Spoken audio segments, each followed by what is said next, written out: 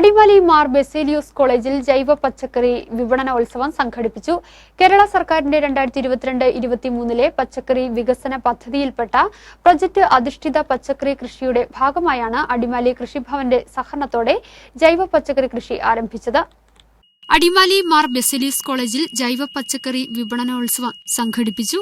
കേരള സർക്കാരിന്റെ 2022-23 പച്ചക്കറി വികസന പദ്ധതിയിൽപ്പെട്ട പ്രൊജക്ട് അധിഷ്ഠിത പച്ചക്കറി കൃഷിയുടെ ഭാഗമായാണ് അടിമാലി കൃഷിഭവന്റെ സഹായത്തോടെ ജൈവ പച്ചക്കറി കൃഷി ആരംഭിച്ചത്. മാർ ബെസേലിയോസ് കോളേജിലെ നേച്ചർ ക്ലബ്ബ് അംഗങ്ങളാണ് ചീര, വഴുതന, തക്കാളി, പയർ, ബീൻസ്, മുളക്, പടവലം, പീച്ചിൽ, ചുരയ്ക്ക, ബ്രോക്കോളി, കോളിഫ്ലവർ എന്നിങ്ങനെ വിവിധങ്ങളായ പച്ചക്കറികൾ പരിപാലിച്ചു പോരുന്നത്.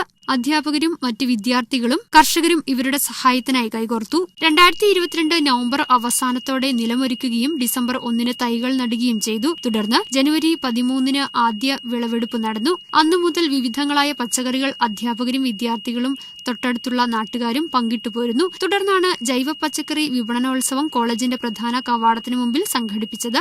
ചീര, വഴുതന, പയർ, ബീൻസ്, ചുരയ്ക്ക, പടവലം, കോളിഫ്ലവർ, ബ്രോക്കോളി തുടങ്ങിയ പച്ചക്കറികൾ മണിക്കൂറുകൾക്കകം കുട്ടികളുടെ ചന്തയിൽ വിറ്റഴിച്ചു. അതുവഴി വന്ന ഇടുക്കി ജില്ലാ കളക്ടർ പച്ചക്കറി വാങ്ങാനെത്തിയത് അവർക്ക് വലിയ പ്രോത്സാഹനമായി. News bureau, Adimali.